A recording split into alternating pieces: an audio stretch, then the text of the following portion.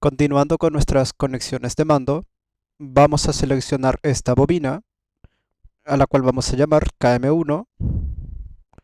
Vamos a seleccionar esta bobina, a la cual vamos a llamar KM2. Ahora vamos a seleccionar cables y conexiones. Seleccionamos nuestro cable de fase. Vamos a realizar la conexión entre la alimentación de línea y la entrada de nuestro disyuntor termomagnético. Y la salida número 2 de nuestro disyuntor termomagnético vamos a conectar a la entrada de nuestro contacto auxiliar normalmente cerrado del relé térmico. Desde la entrada del contacto auxiliar normalmente cerrado vamos a hacer un puente y vamos a conectar la entrada del contacto auxiliar normalmente abierto del relé térmico. Y desde la salida del contacto auxiliar vamos a conectar a nuestra luz piloto de color ámbar. Vamos a volver a este punto, el contacto auxiliar normalmente cerrado del relé térmico, y desde su salida vamos a conectar a la entrada número 11 de nuestro botón stop. Desde la salida de nuestro botón stop vamos a conectar la entrada de nuestro pulsador normalmente abierto start. Y desde la salida de nuestro pulsador vamos a conectar a la entrada del contacto auxiliar normalmente cerrado de KM2.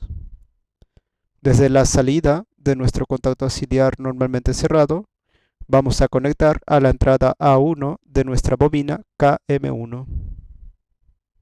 Vamos a volver hasta este punto, nuestro pulsador normalmente abierto. Desde la entrada de nuestro pulsador normalmente abierto vamos a hacer un puente y vamos a conectar la entrada de nuestro contacto auxiliar KM1.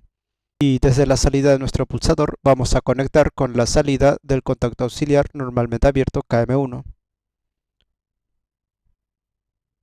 Desde la entrada A1 de nuestra bobina KM1 vamos a hacer un puente y vamos a conectar nuestra luz piloto de color verde.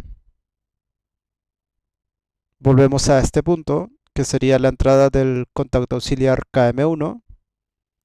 Vamos a hacer un puente y vamos a conectar hasta nuestro pulsador S2.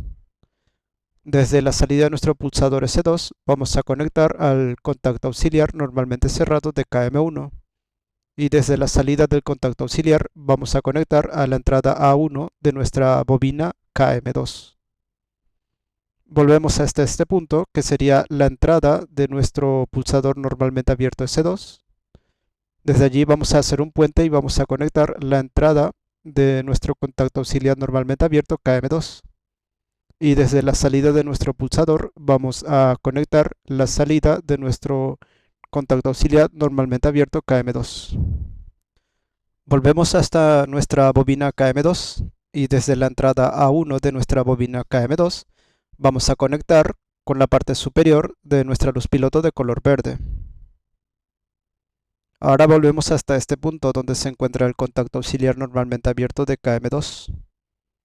Vamos a hacer un puente y vamos a conectar con el contacto auxiliar normalmente abierto de KM1 en la parte de arriba. Volvemos a hacer un puente y conectamos con el contacto auxiliar normalmente abierto de KM2. Y volvemos a hacer un puente y conectamos con el contacto auxiliar normalmente cerrado de KM1. Desde la salida de este contacto auxiliar normalmente cerrado KM1, vamos a conectar con la entrada del contacto auxiliar normalmente cerrado KM2. Y desde la salida vamos a conectar con nuestra luz piloto de color rojo. Volvemos hasta este punto, en donde se encuentra el contacto auxiliar normalmente abierto KM1. Desde la salida de este contacto auxiliar vamos a conectar hasta la entrada de este contacto auxiliar normalmente cerrado de KM4. Y desde la salida de nuestro contacto auxiliar KM4 vamos a alimentar la entrada A1 de nuestro temporizador T1. Volvemos a este punto, que sería la salida de nuestro contacto auxiliar normalmente abierto KM1. Desde allí vamos a hacer un puente y vamos a alimentar la salida de nuestro contacto auxiliar normalmente abierto KM2.